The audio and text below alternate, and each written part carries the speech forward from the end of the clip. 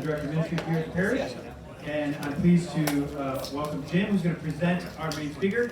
So without further ado, so that we can move things along quickly and well. The first couple seats over here. Hi, I'm Jim Hoig. I think I know most of you have a practitioner at St. Clement for about four or 5 years at Kitchen School. I've been given the great honor this evening to announce our speaker tonight, Josh Hale, who is President and CEO of Big Shoulders. I happen to know Josh personally for the last 16, 17 years. I myself am involved with Big Shoulders. So I'm going to do something tonight because I know Josh, never in a million years he would do. And he's probably going to be mad at me, but I'm going to brag about him for the next 2.5 minutes.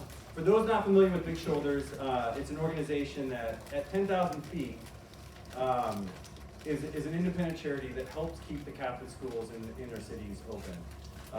And it accomplishes it through financial assistance directly in the form of scholarships to students and helping to actually manage the schools themselves.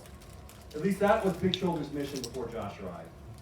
Under Josh's leadership, Big Shoulders and the Chicago Catholic school system have thrived, and Josh has dramatically expanded the impact. Not only is the organization now keeping these schools open, but we have direct control and are running 37 schools. There are 72 schools in the inner city of Chicago that probably would be closed today, if not for Big Shoulders. And Josh has taken the extraordinary effort to expand our mission beyond the state of Illinois. And in Northwest Indiana, in the Gary area, there's now 19 more schools that Big Shoulders is supporting and helping to thrive in that community. We know it's important to keep these schools open.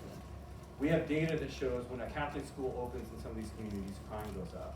We know that most of the students end up in the public school system where the opportunity to receive a faith-based and quality education is much lower. So while it's critically important to have to keep these schools open, Josh has taken the mission to new levels through creating enrichment programs in financial literacy and STEM. We even have a program where we take students to the famous Bush Creek Ranch every summer, among other things. Josh has also created a program to assist and develop existing administrators at these schools, to create a pipeline of principals that will be ready to serve when called upon, and the next generation of leaders. And he's also successfully expanded the fundraising effort and endowment to the point where the organization gives over $40 million annually to support these schools in some of the most underserved and under-resourced neighborhoods in the city. At the same time, Big Shoulders, for 16 years in a row now, has received a prestigious 4-star rating from the Charity Navigator, given to only the top 1% charities in the country for transparency and for running these organizations efficiently. In summary, Josh is one of the few people I can say that directly improved the lives of tens, if not now hundreds of thousands of students and young people during his tenure in again, the underserved and under-resourced parts of the city. None of these accomplishments have been easy. I'm sure there have been points that Josh is thinking to himself, what am I doing in this not-for-profit? And he knows he could probably be making multiples more as the CEO of some public corporation. But I know he stayed because he cares about Catholic education, the kids in these communities, and offering a better path and hope for the city of Chicago. With that, I'm extremely excited to turn things over to my good friend, Josh Hale.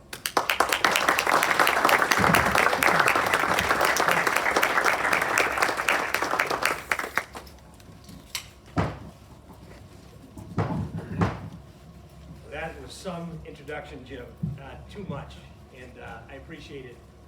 But if you get closer to Big Shoulders Fund, you'll figure out very quickly I'm more of a cheerleader. There's a lot of smart people around there that make it possible. And just on Jim Hoig, I know you guys know you have a gem here in Jim, but I met Jim, he said 16 years ago. I invited him to a lunch with a guy by the name of Charlie Babrinsko at Ariel Capital. And I think Jim thought he was just going to go there and just meet and get to know and learn a little bit more.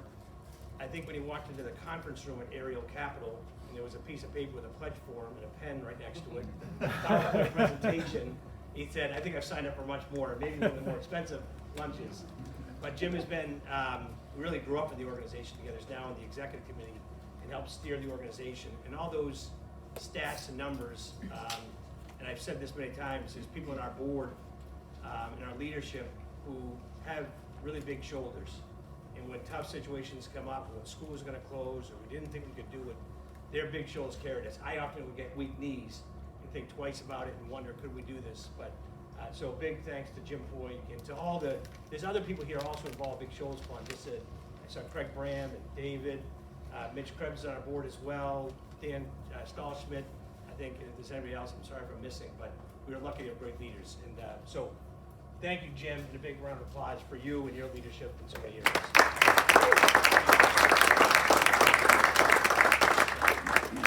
You know, as Jim was saying about Big Shoals Fund, and even when he was talking to those stats and those numbers, it's remarkable to think. If I turn this off, let's get it closer to you. I'm afraid I have to laugh you guys out of the room if I talk. I'm a loud talker. And a fast talker from Boston, so I apologize in advance. I won't use a Kennedy accent, though. Is that good? Let's try it. All right. Well, as Jim was talking through the statistics and all the background of Big Shoals Fund, it is remarkable to think about the growth of the organization and how much, collectively we are investing in children having access to Catholic schools. And Jim mentions a lot of stress, and there is often a lot of stress in the work. But what I found most about Big Shoals Fund is that for me and so many others, it's a perfect marriage. It really is a perfect marriage of faith. It's a perfect marriage of being part of a mission that we believe in, children having access to a quality education, even more so to Catholic education that are rich in the faith, whether they're Catholic or not, that they have access to these great values that we support them with.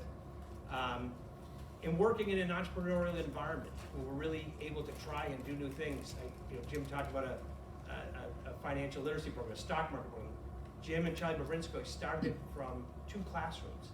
It's now in every one of our schools. We're now putting it in our high schools and into the schools in Northwest Indiana. And it started from something small. I love that entrepreneurial. And I think more than anything in Big Shoals Fund, I found the joy of faith. A real sense of joy in being part of something that's tied, wrapped, cloaked in our Catholic faith. And I think that's probably the perfect marriage that I find and so many others do. What I think is remarkable at Big Shoals Fund, there are people who are involved who are deeply committed Catholics. There are people who are Catholics who have maybe fallen away from their faith, but find that this is, a way of them living it out in some way. And people who are not Catholic who very much value what the Catholic Church, what so many are doing in these Catholic schools to ensure that generations of children have access to a quality education. In neighborhoods, they really don't.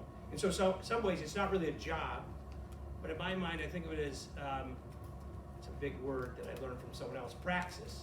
And you guys probably know what it is, that the idea of faith in action, that in that activity of being out in service to others, we find the joy of our faith. We reach in the heart and the pain of others, and we see the face of God. We see joy of faith.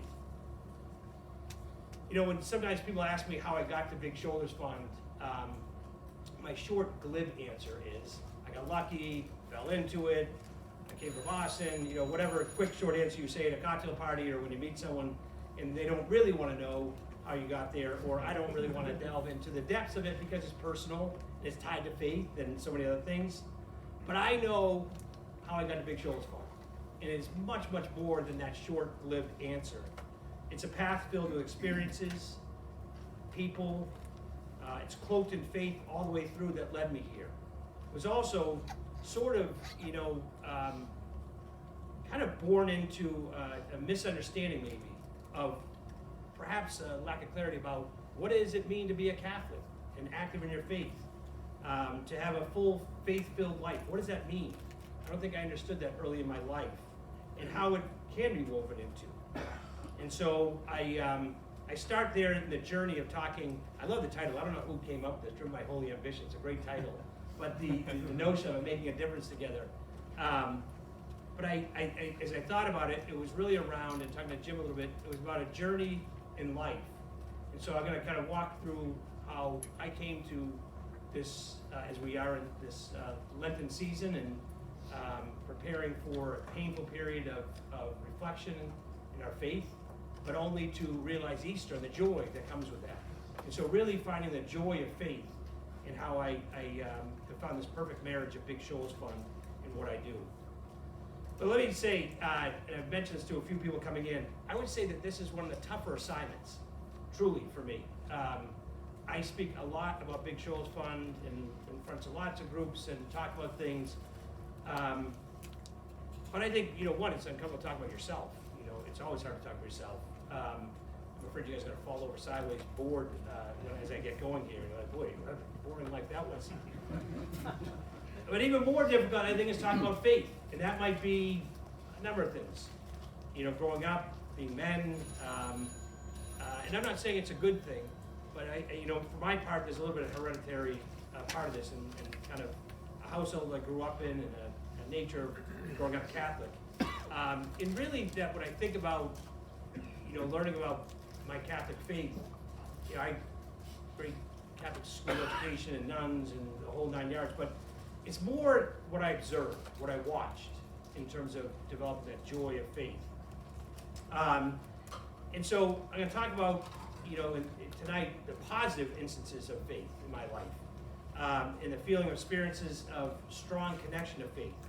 And some people look at me, I work at Big Shoals Fund, I work in this faith-filled organization, and they might know of other places I worked at, Cristo Rey, and being overseas as a volunteer, and they say, well, Josh, you're a good Catholic, and you really got this faith thing figured out. And underneath that, I'm saying, I don't have it figured out. This is, I don't know about for all of you, but I think that, frankly, sometimes I want to say, I'm actually cleaning my slate for all my sins of years before. That's how I ended up in this job. And then years of sin got me placed here. But frankly, I think that faith is an ever-evolving activity. You have to be in love. You have to. And love means ups and downs. It means pain and hardship. It means sometimes walking away from it, only to realize that there's a hole of something missing. And there's parts of faith that are joyful and wonderful, but there's also points that are painful. I mean, there's certainly things that happen in our Catholic Church that make us angry and frustrated. There's certainly losses we've had in life, and we're angry at God. How could you take my nephew? How could you take my friend, my wife, my loved one? There's so many things that bring us this up and down. And as I reflect on the faith journey, I think I can point to specific people, specific experiences that have helped me to realize truly what fills my soul when it comes to faith. How I think about my role and responsibility in responding to the call of the gospel, to live out the gospel.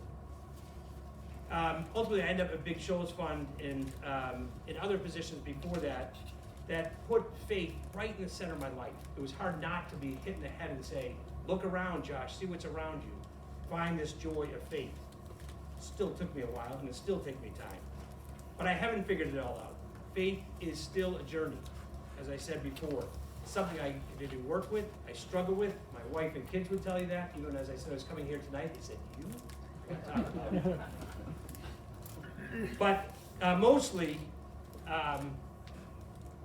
this journey has helped me to realize and to see the face of God, to hear the voice of God, and more than anything, to see faith in action and be drawn to that. Certainly in others, that inspires and brings me closer. So let me jump back a little bit in history. And when I put this up, I don't want you to think we're going to have a long history here. There's going to be a brief one. But just to go back in time a little bit, there's a couple pictures up there from my youth. So I was born into a very strong Catholic family, very traditional. And I grew up in Boston, and we were referred to as BICs, the Boston Irish Catholic. It was kind of, and it was Catholic schools all the way through. The parish was the center of our life. I mean, I spent more time in our parish, in our school, than just about anywhere else on earth. I knew every premise in an area of the parish and the school. We spent so much time. Friends, social, priests and nuns were always around. So it was a very traditional Catholic school, Catholic upbringing. But I would say, even growing up in that very traditional Catholic upbringing, there wasn't a lot of discussion about what it means to be Catholic. I mean, I certainly had Catholic school classes about our beliefs and the basis of but what does it mean to live out your faith? To wrap that around you and to go forth. As I like to think sometimes or discuss, we just were. I was born Catholic. We just were Catholic. And I would say in general, and I don't know, this might resonate with some of you of a certain age, that there wasn't much discussion, my parents about, you didn't question anything about the Catholic Church or our Catholic faith. You go to church, Josh, and go on Sunday and listen to the nuns in schools. It was kind of a basic thing. And they were concerned, I can assure you, about how we felt about our Catholic faith or about any of the things that happened there. It was, this is what you do. And I think it's much in the same way as I think about my dad, who I love and I'm very close with, but he never, said, I had to think hard to think when he said, I love you, said those words. I knew he loved me. He showed it. He,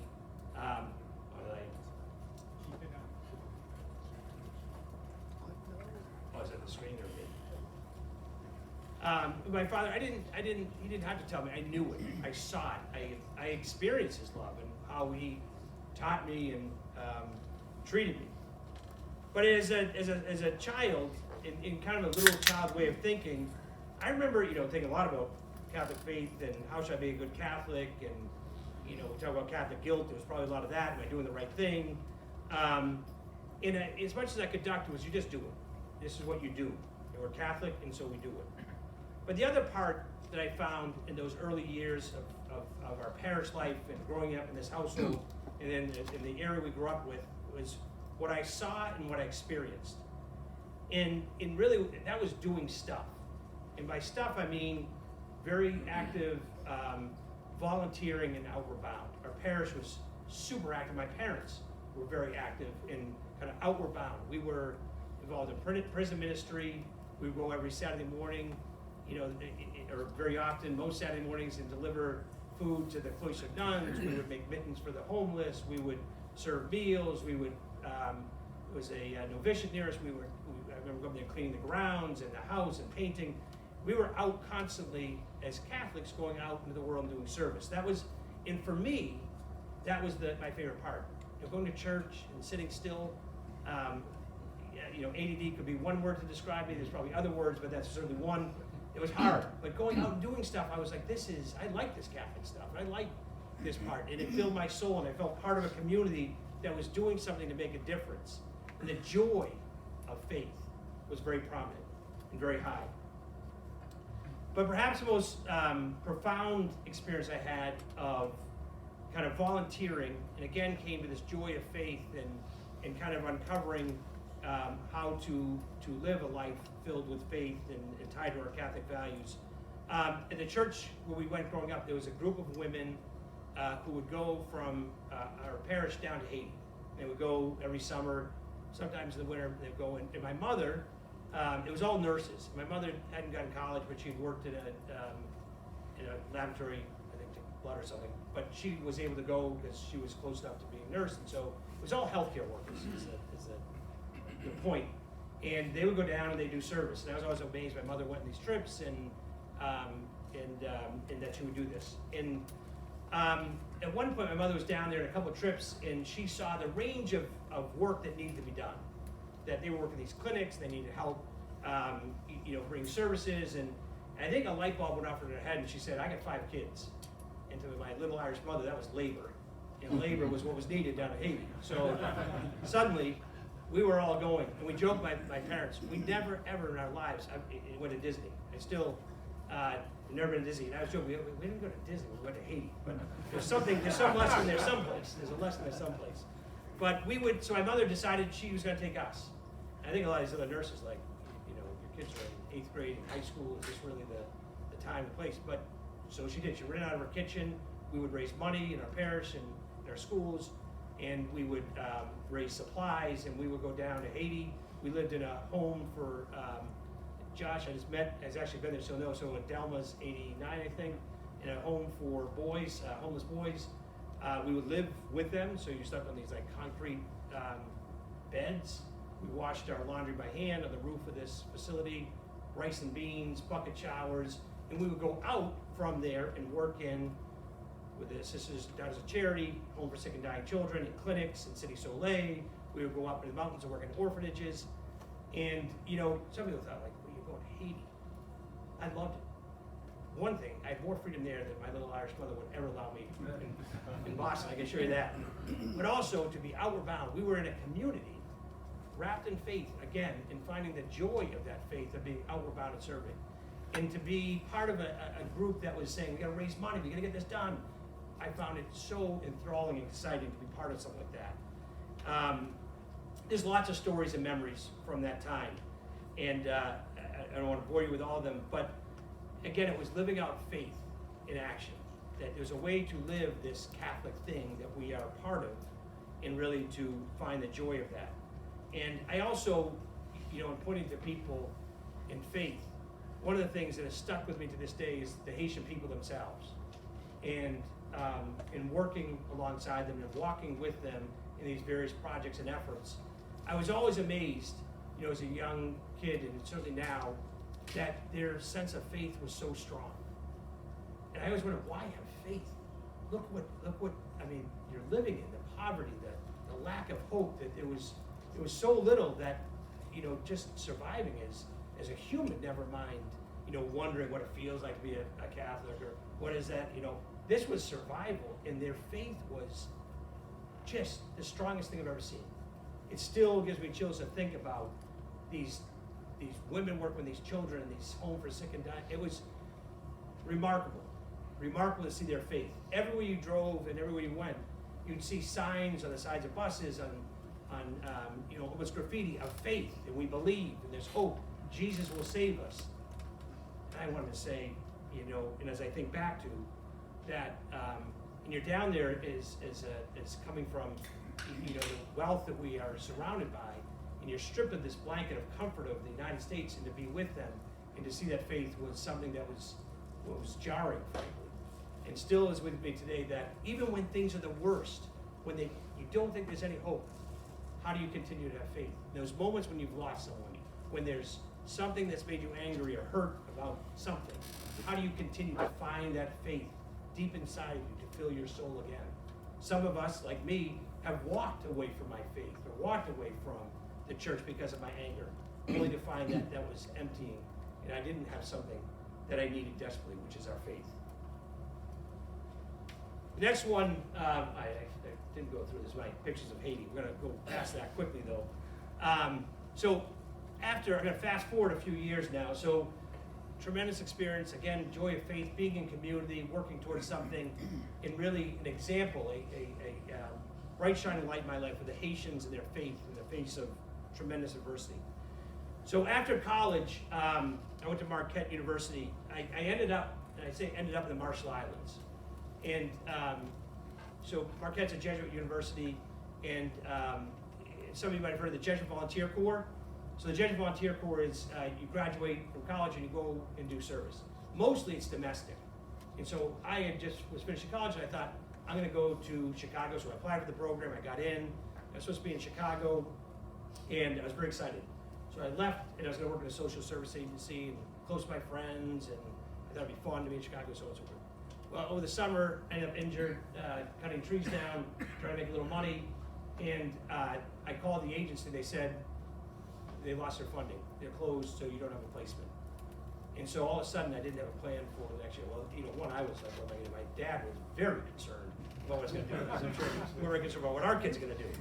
And so I called my sister quickly, who had been a Jesuit volunteer, but overseas. And as my friend Father Foley would say, the hand of the Holy Spirit is somewhere in this. Someone had just dropped out of the program to go to the Marshall Islands. I met with this Jesuit. I think there's a lot of pitchers of beer and a few pizzas. And in some state of not clear thinking, I said, of course I'll go to the Marshall Islands. So I did end up in the Marshall Islands. And I think I got off the plane as I landed there. The wind was whipping. You're on this, I call it the glorified sandbar. It's literally, I got off the airplane, the wind's whipping, and I think I yelled something into the wind that I wouldn't repeat here, but what the heck am I doing here? How did I do this? But I ended up there, and again, I found myself in a place where I was in a Catholic community with, in the Jesuit Volunteer Program is that you are to live simply, to walk with the poor, you are to strengthen your own faith, to reflect on faith, and do all these things, and to really be part of the community. And I was on a campus, the parish campus. I literally lived in a cinder block house, tin roof, no running water. 3 other volunteers that we were in community with, Maryknoll nuns, and it was unbelievable. I taught high school, which I was terrible at. I coached the basketball team. We won the island championship, which I was very proud of. There's only 2 other teams. Not calling that, still the highs. But while I was there, I struggled, being a recent college graduate, struggling with faith and what does this mean and everything else. And then once again, in the Marshall East, I found a group of people who, facing all these challenges, had tremendous faith. I met these Maryknoll nuns who literally left home probably at 20 years old and have lived in this country, are going around making sure that people had sustenance to live, education to improve their futures, and gave their whole lives to us. And so it was easy to feel bad for myself for a minute, to feel like what happened here, but very quickly to be hit in the face with the reality of. And again, in that experience, finding the joy of faith, of being in something where being a part of a team, being drawn to something that is so special, and again, filled my life. I'm picking up pace here because I know we're running low on time, but I finished the Marshall Islands, again, this joy of faith, and I came back to Boston and made a quick U-turn. And in Boston, I worked for a boutique management consulting firm. And somewhere in my head, I always had the idea I was going to be a consultant. My dad had a firm. He had been with a couple of big firms. He started his own firm called the Hale Group, and I thought that was going to be my life. I moved back to Boston. I worked there as a junior consultant. I've been there for 3 or 4 years. I was starting to think about business school. And as I think back to that time, I loved the work I was involved with. I loved the chance that I got to work with my dad, to see him in a different light. And, but there was something missing. If I look back, I was not going to church regularly then. I was not involved in any sort of volunteering or anything faith-based. And it's hard to imagine why. I'd had all these great experiences. But there was also, the start of some of the abuse stuff, and so there was anger and frustration, but I wasn't, and there was something empty. I wasn't sad, I wasn't depressed, but I felt like there's a void, like something wasn't right. And like so many things, just keep charging forward and find ways to fill that, going out with friends, traveling, whatever it was. But there was a void. And again, as I mentioned before, so often the hand of the Holy Spirit reaching in. And as I was thinking about going to business school, I got a call from a Jesuit. And he said, Josh, there's a new mission in Chicago called Cristo Rey Jesuit High School. It's this unique program where the students work, they're high school students, they work as a way of funding their education. And, first of all, if you've heard about it, it makes sense. But if you haven't heard about it, you say, how could that possibly make sense? And he said, just trust me, go see Father Foley. They're looking for someone to be director of development and head of PR. Noting, I was 27 years old, I knew nothing about either one of those things. That could be way better than good. So I happened to be in Chicago 2 weeks later for work, and so I went to Cristo Rey, and I met probably one of the most important people in my life, Father John Foley. Father John Foley is a Jesuit, so if I'm 51, he's 88, probably one of my best friends in the world, hands down. And I met him, and I knew instantly I wanted to be part of whatever he was part of. No one more have I met that had more joy of faith than Father Foley. And he offered me a job to be the director of development, head of PR, no experience. I think the pay, I tried to negotiate pay. I remember meeting him and talking about it. It kept going down. I was like, it's supposed to go down, go up here. And so I started to living. I actually moved out here and I lived in the school. I actually lived on the campus. And I lived with a guy from Peru, Fernando Kong. He spoke almost no English. My Spanish was broken at best at that point. And I jumped into another mission.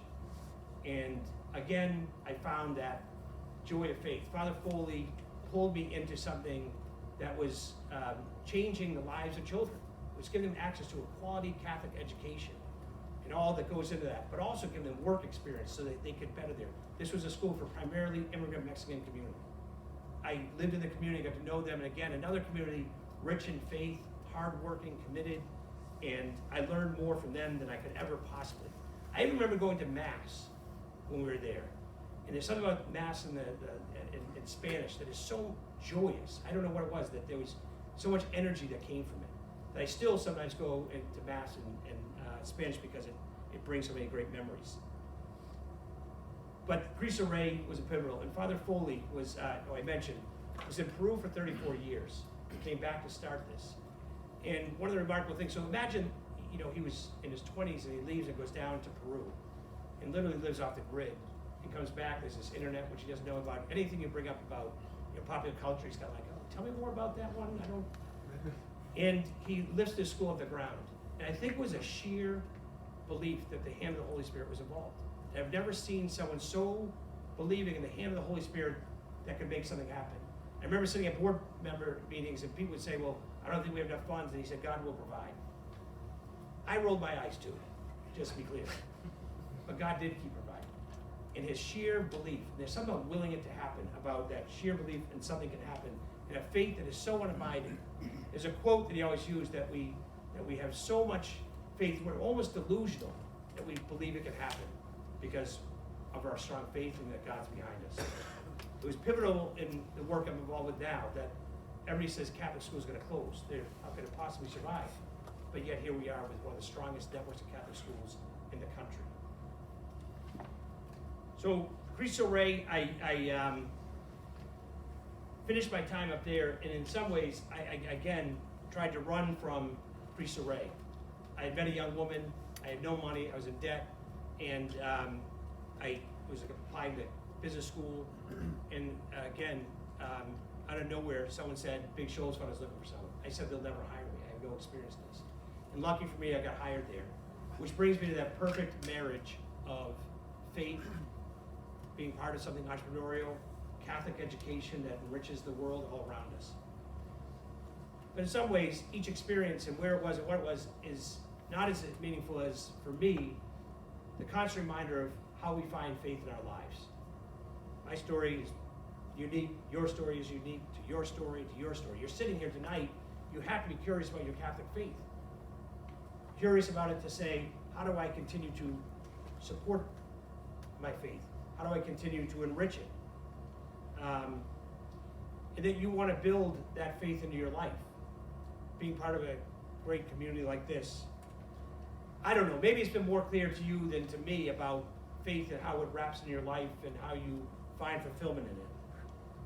Or maybe you're feeling disconnected to faith and you came here tonight to try to find a way to think about faith differently. Maybe Lent called you here tonight. Whatever the reason, whatever the case, I think we're all in a journey of faith in some way, shape, or form. Maybe searching for how do we bring our Catholic faith into our lives? How do we respond to that calling? I guess for me that I've realized is that there's lots of different ways for that to happen. For faith, there's no wrong way or right way. The only thing I'm fully aware of that I believe in is that we are all called in our Catholic faith to be part of building that kingdom, brick by brick, building it and calling to live the gospel in our lives. As an extrovert, I find it hard to sit still, to sometimes be in mass or to sit with scripture. Sometimes I have felt in the past like a Catholic flunky, that I'm amazed by people who are so learned on scripture and different parts of our faith. And to see them have that joy of faith in discovering it and talking about it. I now think of faith as something that should just fill our soul, whatever it is, that ignites something in us to call us to our better angels. If faith doesn't do that, if it doesn't fill our soul, then how are we going to continue to pull it back when we are pushed away or when we are pulled away from our faith? And it happens differently for each of us.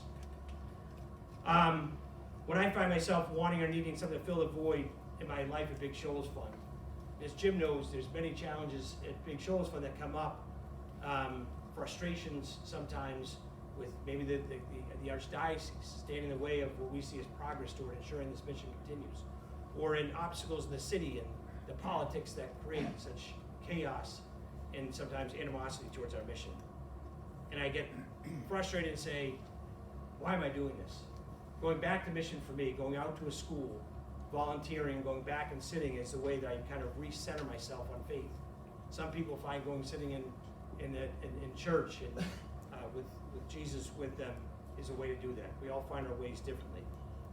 And I think mostly I found that, much like I mentioned before, is my dad didn't necessarily say he loved me, but I knew it, I saw it, I experienced it, I felt it. I think that in faith, for me, it's that way too, that seeing a group of men coming together like this ignites in me a sense of hope of faith being continued to be passed and shared and the ignition of it to go to others. And as I think, also about my own sons and how I pass this on to them in a different way, I know it's important for them to see what I do, certainly in faith, but also how I treat my wife, how I treat other people, how I live. But the thing I guess I'm trying to add to that also is something that you're doing here is to talk about faith. Something that's sometimes uncomfortable or hard to do, to be more open about it, and the values that it brings to our lives and what it means to exist in the world, not just to go to Catholic schools, but to live that Catholic faith.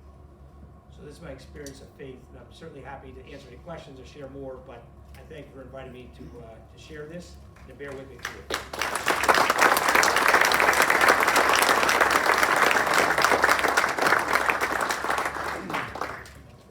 Yeah. So we have about 5 minutes for questions.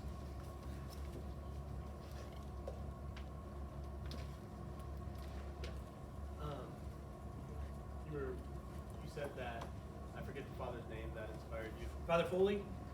Yeah, so when you met with him, I guess, how did you take that leap from being in Boston and having a normal career and then taking this huge risk to do something with a lot less pay? And just, yeah, can you kind of share a little bit more about it? Yes. Probably not gonna be a great answer. As I look back at it now, I think today Josh wouldn't do what Josh did back then. And I knew so as I mentioned kind of briefly, I knew that there was something. I wasn't right. I was having fun, I was fine, but something wasn't right. I was missing something. And I felt an emptiness in me, and I was, knocking down the wrong roads and not the person I wanted to be. And so I think that this popped up when he said, I want you to be part of this community. I had this memory of being overseas with the Jesuits as a volunteer. I had this memory of Haiti and being in a community of faith and doing something, working towards something that ignited. And I jumped at it. And it was also stressful times. I had a lot of debt from college. I started kind of making some money and paying it down, and I took this job paying much less, and so it was stressful. And I think, they talk about you have credit card debt. I remember moving debt around, trying to figure to stay in this, because I really wanted to be in it. And it all worked out, but it wasn't the most well thought out. I jumped in, I quit, I gave 2 weeks, and I even said to my dad, I'm gonna do this for 2 years, go to business school and come back. That was kind of my idea. I ended up being there for 5 years, and truly 5 of the best years of my life, hands down. I mean, it was in a way that it changed my life, and the friends I made, the person that I felt like I was becoming, and so it was not well thought out. It was really very quick. Thank God I did. I'm glad I did, but yes, there's a lot of stress around it too. Go for it. Yeah, just do it. What the hell? I don't tell my kids that now. Yes. Yes.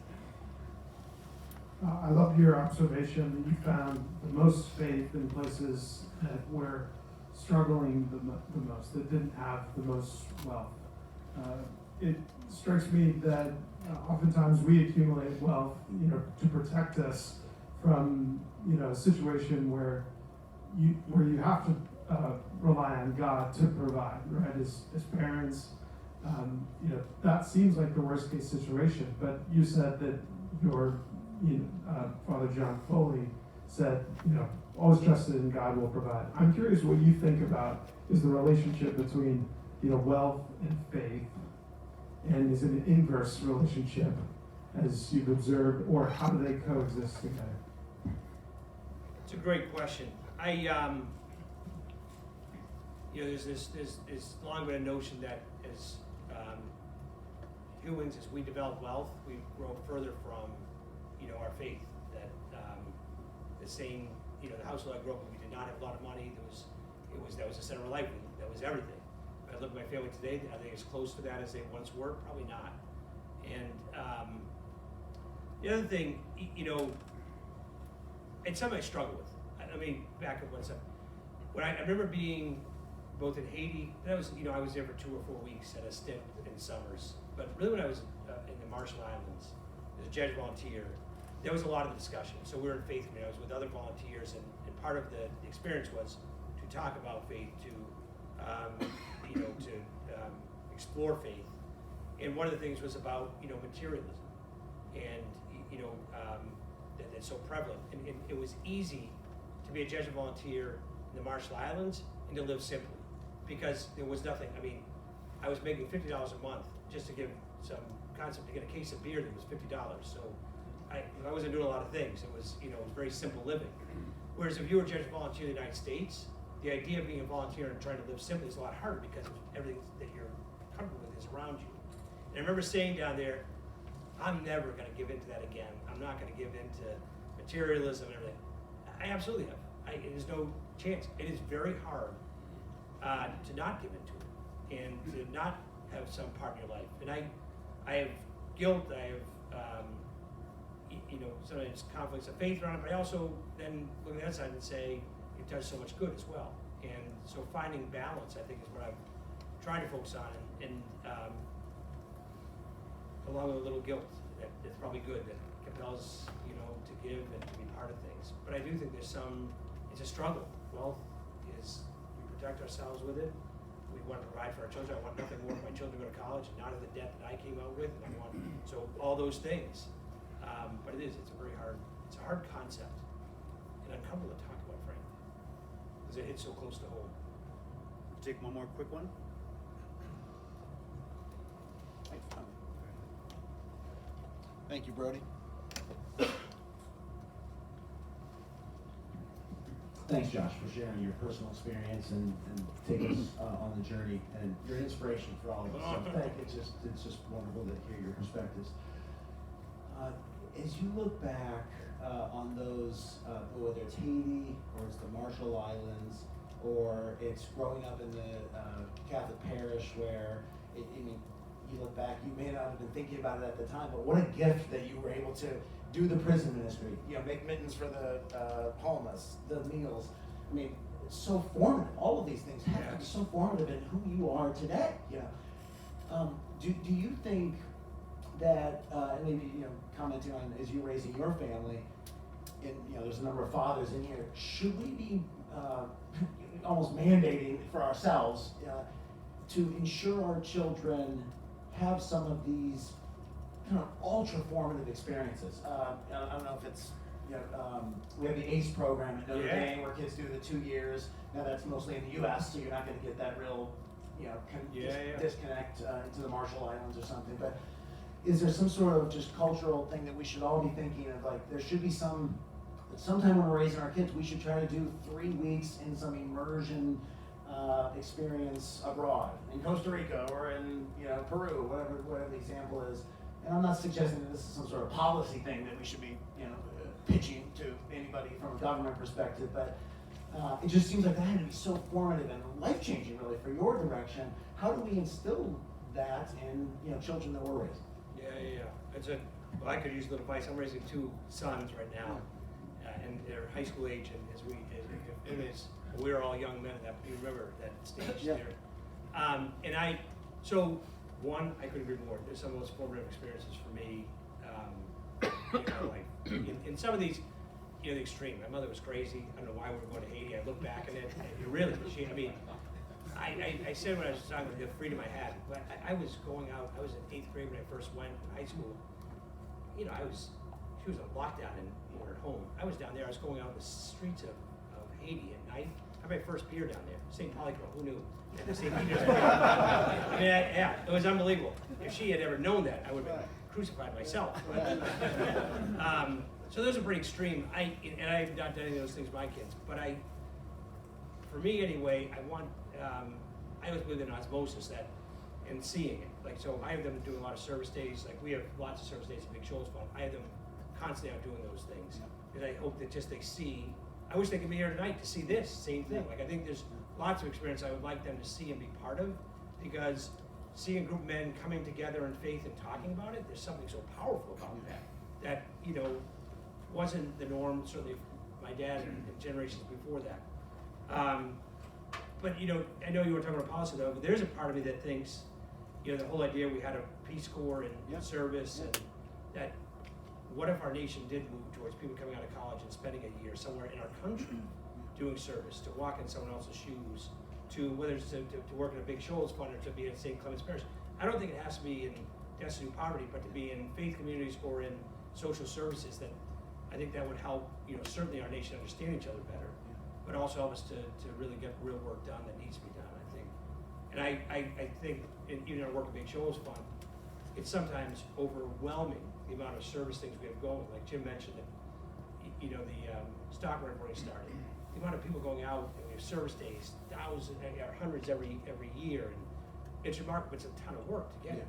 But we put a lot behind that because I think by people getting out and seeing the mission, they become more connected to it and want to be a part of it. There are people in here that teach a stock running program that are now more involved in doing things. There's something, whether we're adults or our children, but I'm trying to figure out my own kids too, that, to go out and to do something, to be of service. You should add, Josh, we're always looking for more. Yes, we are. As I say, your soul too could be filled by volunteering. Jim Boyd has got the same pledge form I gave to him available tonight with a pen all ready to go. Mitch, Dan, and Craig, everybody's here. They can sign you up. We really do. We truly do. Frankly, we have a team board. If you do have young kids, we have a team board, and it's remarkable. I'm always amazed. And again, even the idea came up, I was like, really?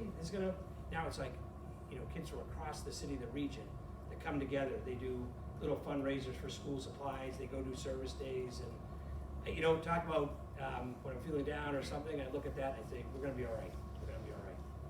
So God bless all of you all. Thank you very much.